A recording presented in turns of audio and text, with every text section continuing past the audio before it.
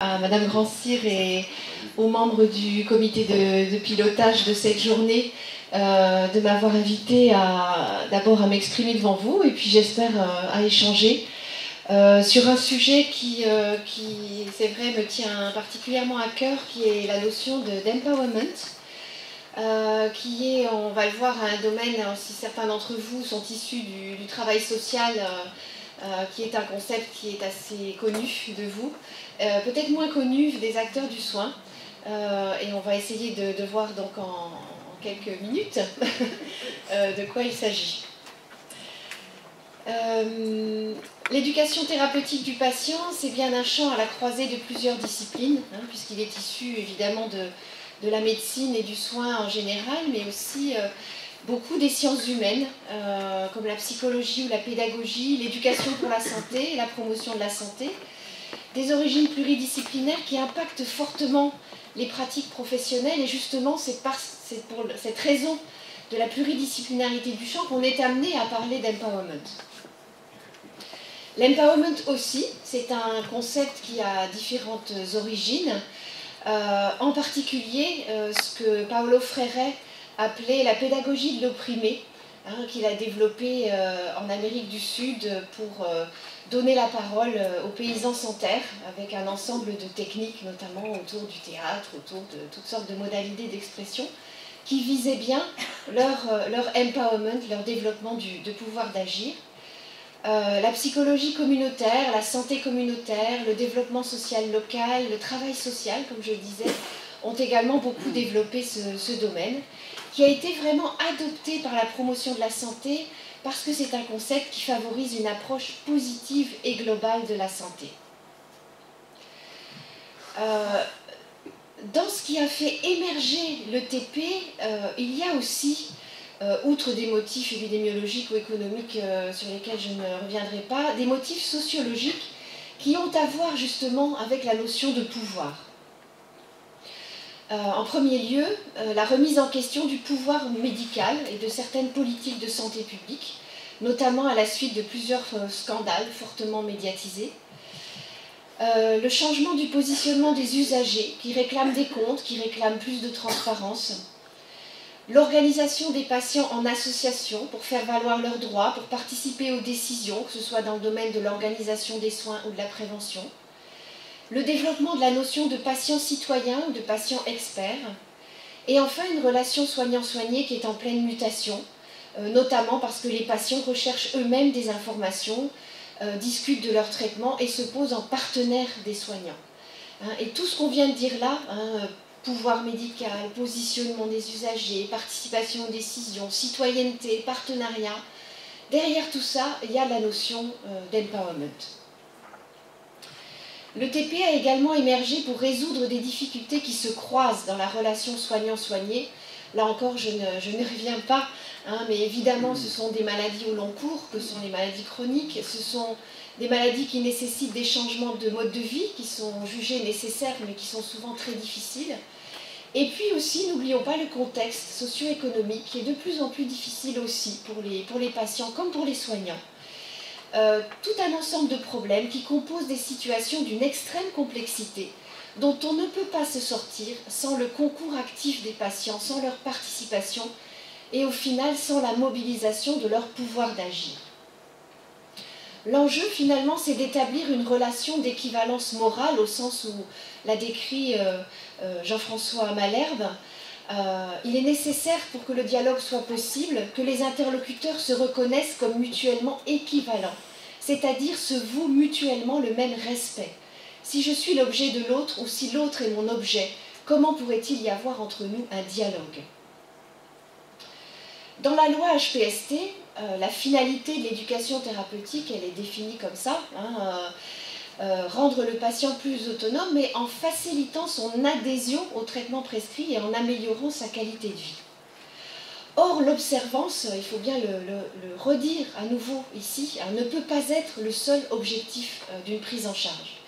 Brigitte Sandrin-Berton rappelle que les soignants s'intéressent souvent à l'ETP quand ils s'aperçoivent que leurs prescriptions et leurs recommandations sont mal suivies. Ils voudraient être plus convaincants, ils recherchent une communication plus efficace, Mais le but de la démarche éducative n'est pas de rendre le patient plus obéissant. Il ne s'agit pas d'écouter d'abord pour mieux convaincre ensuite, pour mieux faire passer son propre message. C'est pourquoi d'ailleurs on parle davantage aujourd'hui de bilan éducatif partagé plutôt que de diagnostic éducatif. On met l'accent dans ces bilans plus sur une attitude d'empathie que sur une attitude d'expertise. On amorce un nouveau mode relationnel, on invite le patient au récit, on est dans le respect de la complexité de sa situation et dans la co-construction de solutions. Et tous ces bilans, enfin tout ce qui compose finalement ces bilans, ont bien des objectifs d'empowerment du patient. Alors qu'est-ce que l'empowerment? C'est une notion centrale en promotion de la santé et aujourd'hui je pense en ETP. Alors pourquoi est-ce qu'on parle toujours d'empowerment et pourquoi on n'a pas réussi à traduire ce terme-là? On parlait d'anglais tout à l'heure, on a tous un peu du mal avec ça. Il y a différents termes qui sont censés définir l'empowerment. On parle d'habilitation, de capacitation, prise en charge, prise de contrôle, prise de conscience, responsabilisation. L'OMS parle d'autonomisation. Moi, je n'aime pas trop ce terme parce que l'autonomie sans pouvoir, ça ne donne pas grand-chose. Donc, je pense que l'autonomisation ne dit pas tout. La notion centrale, c'est vraiment celle de pouvoir. Alors, non pas le pouvoir qui est donné à une personne ou à un groupe, mais la création des conditions pour que les personnes prennent ce pouvoir. L'empowerment, nous dit Wallerstein, qui a fait une grosse revue de la littérature sur le sujet, est issu d'un processus par lequel les personnes s'attribuent du pouvoir. Les avocats de ce changement, ou les agents extérieurs qui le favorisent, c'est-à-dire vous, nous, peuvent jouer le rôle de catalyseur des actions ou créer des espaces pour que les personnes acquièrent les compétences nécessaires, mais la pérennisation du changement et l'empowerment proprement dit ne peuvent se produire que lorsque les populations se donnent un nouvel élan et plaident elles-mêmes leur propre cause. Une définition de l'empowerment que j'aime bien parce qu'elle est relativement claire et qu'on en a besoin aussi de clarté dans ces champs-là, c'est la capacité des individus à acquérir du pouvoir socialement, politiquement, économiquement et psychologiquement à travers, premièrement, l'accès à l'information, à la connaissance et aux compétences, deuxièmement, l'implication dans les processus de prise de décision, troisièmement, la capacité à formuler des demandes envers les institutions et les structures décisionnaires, et quatrièmement, l'efficacité personnelle, la participation communautaire et le contrôle perçu. La finalité de ces processus d'empowerment, ce sera finalement d'agir sur ce qui crée les inégalités de pouvoir. Et Wallerstein donc définit trois grandes catégories d'inégalités de pouvoir. La première catégorie, c'est l'existence de barrières formelles ou informelles entre les individus ou les communautés d'une part et les institutions ou les gouvernements d'autre part, qui empêchent les premiers de se sentir aptes ou légitimes à interpeller directement les seconds. Pour certains, c'est très simple d'aller à la permanence de sa mairie, d'écrire à son député, de s'adresser au directeur de l'hôpital ou du directeur de l'établissement ou de s'adresser aux médecins ou aux soignants pour porter ses demandes, ses revendications. Pour d'autres, c'est complètement impossible. Ce n'est pas quelque chose d'écrit, c'est informel, mais c'est une barrière qui existe. Deuxième catégorie d'inégalité de pouvoir, c'est le contrôle inégalitaire des ressources, qu'elles soient matérielles, humaines ou financières, avec le pouvoir sur les individus ou les communautés qui s'exercent au travers d'un contrôle direct ou indirect de leur accès à l'éducation, à l'emploi et à de bonnes conditions de vie, ou au moyen de systèmes politico-économiques favorisant les intérêts de certaines catégories de personnes. On sait très bien que quand on a une certaine couleur de peau, qu'on porte certains noms, qu'on habite dans certains quartiers, on n'a pas le même accès que les autres à l'éducation, à l'emploi ou à de bonnes conditions de vie. Et que quelque part, eh bien, cela arrange bien certaines catégories de la population, même si ça porte préjudice à d'autres catégories. Et enfin, troisième groupe d'inégalités de pouvoir, c'est peut-être le plus insidieux, un contrôle idéologique qui agit en profondeur pour exclure des individus et des communautés des réseaux d'influence sociale, en plongeant les personnes dans une passivité qui les conduit à restreindre d'elles-mêmes leur capacité d'agir. Et ce contrôle idéologique, il s'inscrit dans un maillage de discours et de pratiques qui existent dans les institutions, dans les communautés et jusqu'au cœur des familles, et se concrétisent par des actions impactant très fortement les relations sociales. Et par exemple, dans la parenthèse qui se trouve en bas de ma diapo, par exemple, ça va être des choses que les hommes peuvent se permettre et pas les femmes, une égalité de pouvoir liée au genre, des choses que les riches vont se permettre et pas les pauvres, liées à la catégorie sociale, que les vieux vont pouvoir se permettre et pas les jeunes, ou inversement, mais aussi le statut sur le plan de la santé, si on est une personne atteinte de maladie chronique ou d'un handicap, est-ce qu'on peut se permettre exactement les mêmes choses que les autres, etc. Est-ce qu'on dispose du même pouvoir? Et ce n'est pas toujours des choses qui sont dites, mais c'est des choses qui existent et qui sont intégrées par les personnes. Pour agir au niveau de l'empowerment, et ça c'est très important, il va falloir agir sur 3 niveaux. Le niveau individuel, au niveau de chaque personne, c'est ce qu'on appelle l'empowerment psychologique, le petit rond bleu. Au niveau des communautés ou des groupes, c'est le rond jaune qui est autour du rond bleu, mais aussi au niveau social, au niveau politique, qui est l'empowerment organisationnel, qui est le rond rouge autour de tout ça. Alors, qu'est-ce que ça veut dire l'empowerment individuel? Eh bien, c'est d'abord l'action sur les compétences, l'estime de soi, la confiance en soi, la conscience critique, la prise d'initiative, la motivation à l'action sociale, centrée sur les forces, les droits et les habiletés des individus. Simplement trois petits exemples, puisque la notion de compétence a déjà été abordée. Donc effectivement, l'Organisation mondiale de la santé parle de compétences psychosociales en éducation pour la santé depuis longtemps. C'est des choses qu'on fait en milieu scolaire depuis fort longtemps, avec le développement de ce type de compétences-là. On parle aussi de compétences psychosociales en éducation thérapeutique. Et là, je vous recommande un article qui vient de paraître dans la revue Santé publique, qui s'appelle « Compétences psychosociales et éducation thérapeutique du patient diabétique de type 1 », une revue de la littérature, et qui développe quelles sont les compétences qu'on cherche à développer chez les patients en termes de relations interpersonnelles, de prise de décision, d'esprit critique et de gestion de soi. Et c'est intéressant parce qu'on parle justement de compétences psychosociales. Mais il faut savoir qu'en ETP, on parle aussi de compétences d'adaptation. Et là, vous avez un article de Divernois et Gagnère qui date de quelques années, mais qui développe, là encore, les compétences d'adaptation qui sont à développer chez le patient, justement pour développer son pouvoir d'agir. Là, je ne reviens pas dans le détail, puis c'est des choses dont vous allez reparler. Alors, pour ce qui est de l'empowerment individuel du patient, je m'appuie sur les travaux d'Isabelle Ojoula, qui a soutenu une thèse à l'Université catholique de Louvain en 2007 sur l'empowerment des patients atteints de maladies chroniques. Et c'est une thèse qui est accessible en ligne. Je vous conseille véritablement d'aller regarder dans le détail ce qui est développé, où il est question d'un processus d'empowerment centré sur des négociations multiples avec des étapes de contrôle et de lâcher prise, et un processus de sécurisation de soi par la relation à l'autre, la notion de être en lien. Et pour Isabelle Ojoula, l'empowerment individuel des patients, ça concerne d'abord la représentation de soi.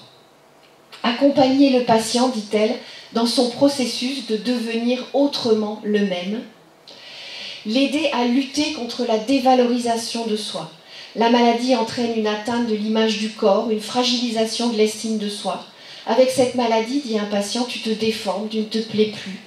Elle entraîne des sentiments de honte et de culpabilité. Je me sentais tellement coupable au début, dit une dame, parce que tout a été bouleversé par ma faute. Il faut aider le patient à lutter contre la rupture d'un sentiment de continuité. Il y a un changement des rôles sociaux. Avec ma fille, dit une dame, au départ, on avait une relation parent-enfant, et puis après, c'est comme si c'était elle qui était devenue mon parent et moi l'enfant. Il y a modification de la perception du temps, une difficulté à se reconnaître comme le même qu'avant, une difficulté à se projeter dans l'avenir, comme dit ce patient, même jusqu'au week-end prochain. Aider le patient à donner un nouveau sens à sa vie, il y a rupture du sentiment de cohérence, il y a des interrogations sur le sens de la vie, sur le sens de sa vie, une recherche d'acceptation, une recherche des causes. Une dame atteinte de la maladie de Job dit « J'ai pensé que je subissais une punition divine, j'ai pensé à un tas de choses bêtes comme ça. Je suis allée rencontrer des prêtres pour comprendre qui était Job, etc. » Il y a des recherches d'explications. Deuxième grand facteur en jeu dans l'empowerment individuel des patients, c'est le désir de maîtrise en réponse au sentiment d'impuissance qui est provoqué par la maladie. Et là, Isabelle Ojoula conseille d'accompagner le patient dans une forme de contrôle sur sa vie qui lui permette de continuer d'être lui-même tout en intégrant sa maladie comme faisant partie de lui sans être lui. Le contrôle, dit une personne, c'est surtout ne pas me faire battre par la maladie. Je m'efforce de penser que je suis toujours cette personne-là, bien que j'ai cette maladie, que ce que j'ai à l'intérieur de moi est plus fort que la peur que j'ai de cette maladie.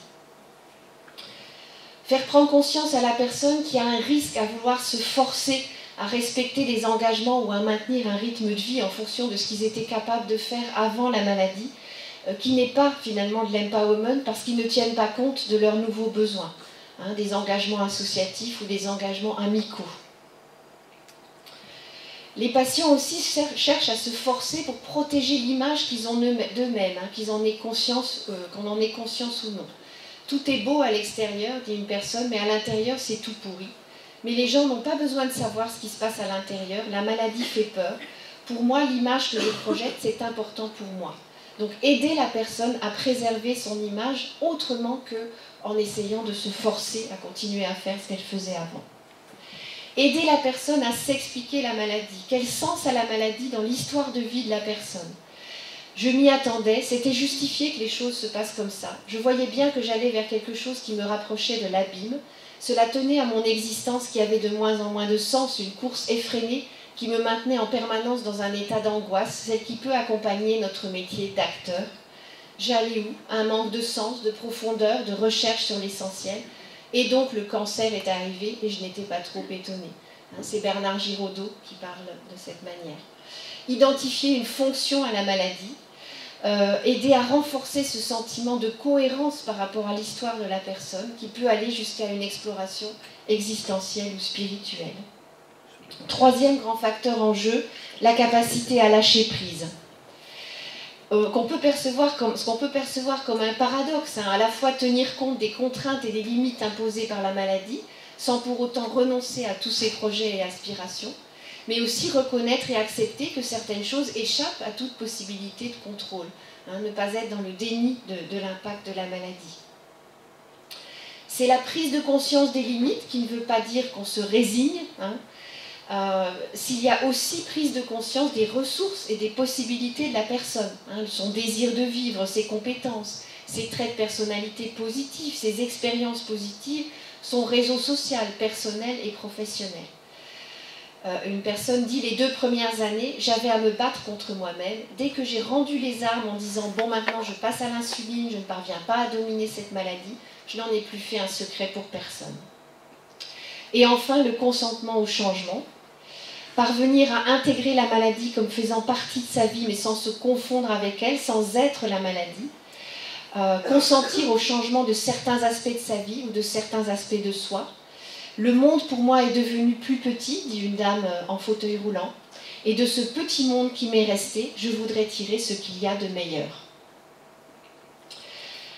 Donc, empowerment individuel, on a vu différents axes. L'empowerment communautaire aussi, qui va consister en fait à aider les patients à faire communauté, justement. Développer le sens de la communauté chez les patients. Alors les personnes qui sont membres de collectifs ou membres d'associations savent très bien de quoi je parle, mais il reste encore beaucoup de patients qui restent en dehors de ces démarches communautaires. Donc développer leur capacité d'agir, leurs connaissances et compétences, soutenir leur capacité à s'organiser, faire émerger des leaderships au sein des groupes de patients, favoriser la découverte des membres de la communauté des patients entre eux, favoriser le dialogue, l'établissement d'un sentiment d'appartenance au groupe, favoriser la concertation entre eux, favoriser le diagnostic de la situation dans laquelle ils se trouvent et la formulation des objectifs à atteindre et des moyens pour y parvenir. Parce que ce qui fait communauté, c'est finalement le sentiment qu'on partage des problèmes et qu'on sera plus fort pour les résoudre ensemble. Et ça, c'est ça le sens de la communauté et c'est ça qu'il faut chercher à développer chez les patients pour développer leur pouvoir d'agir. Et enfin, le dernier stade de l'empowerment, qui est l'empowerment organisationnel, qui est extraordinairement important dans la mesure où si on développe le pouvoir d'agir de chaque patient individuellement et le pouvoir d'agir des groupes de patients ou des communautés de patients, mais qu'en face, au niveau politique, social, décisionnaire, on leur claque la porte au nez, eh bien ça ne sert à rien. Donc le processus d'empowerment, il doit bien inclure ces 3 niveaux, c'est absolument essentiel. Ça veut dire établir des liens de collaboration entre la population, ici les patients, leurs représentants, les professionnels et les décideurs. Ça veut dire à un moment donné transférer le pouvoir de l'équipe d'intervention vers la population, ici les patients. Et Cornwall et Perlman signalent que le niveau ultime de l'empowerment d'un groupe, par exemple d'un groupe de patients, c'est quand ce sont eux qui contrôlent le budget des actions. Cela suppose une sensibilisation et une responsabilisation des décideurs et des gestionnaires quant aux besoins des patients. Cela suppose d'établir des relations réciproques entre les décideurs et les patients et leurs représentants. Et cela suppose une transparence des informations dans un sens comme dans l'autre. Il y a donc des interactions permanentes à établir entre l'accroissement des ressources et du contrôle interne des personnes, leur transformation personnelle, leur empowerment psychologique, et la capacité à surmonter les obstacles structurels qui peuvent s'opposer à leur utilisation de ces nouvelles ressources. C'est donc une stratégie dynamique.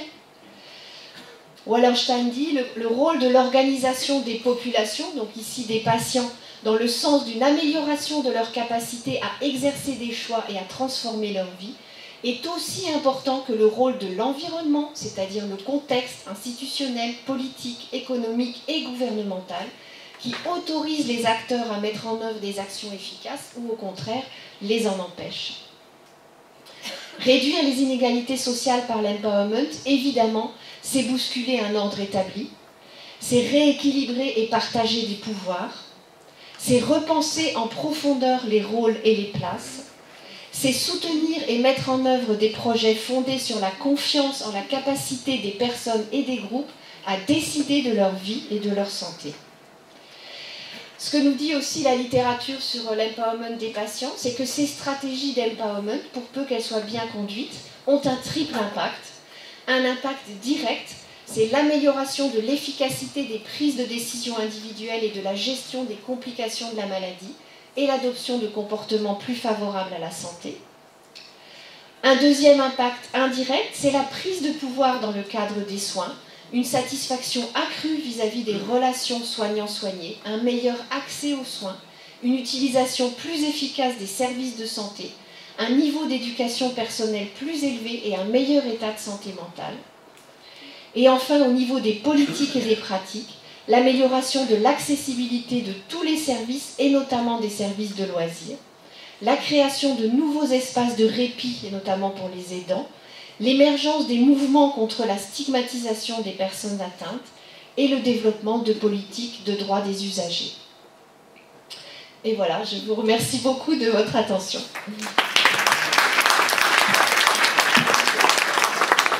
Merci Madame Ferron de l'IREPS de Bretagne, de l'instance régionale d'éducation et de promotion pour la santé de Bretagne. Quelques petites questions dans la salle, puisqu'on a un petit peu de temps. On a 5 minutes. 5 minutes. Alors, s'il n'y a pas de questions... Ah non, Monsieur Martin.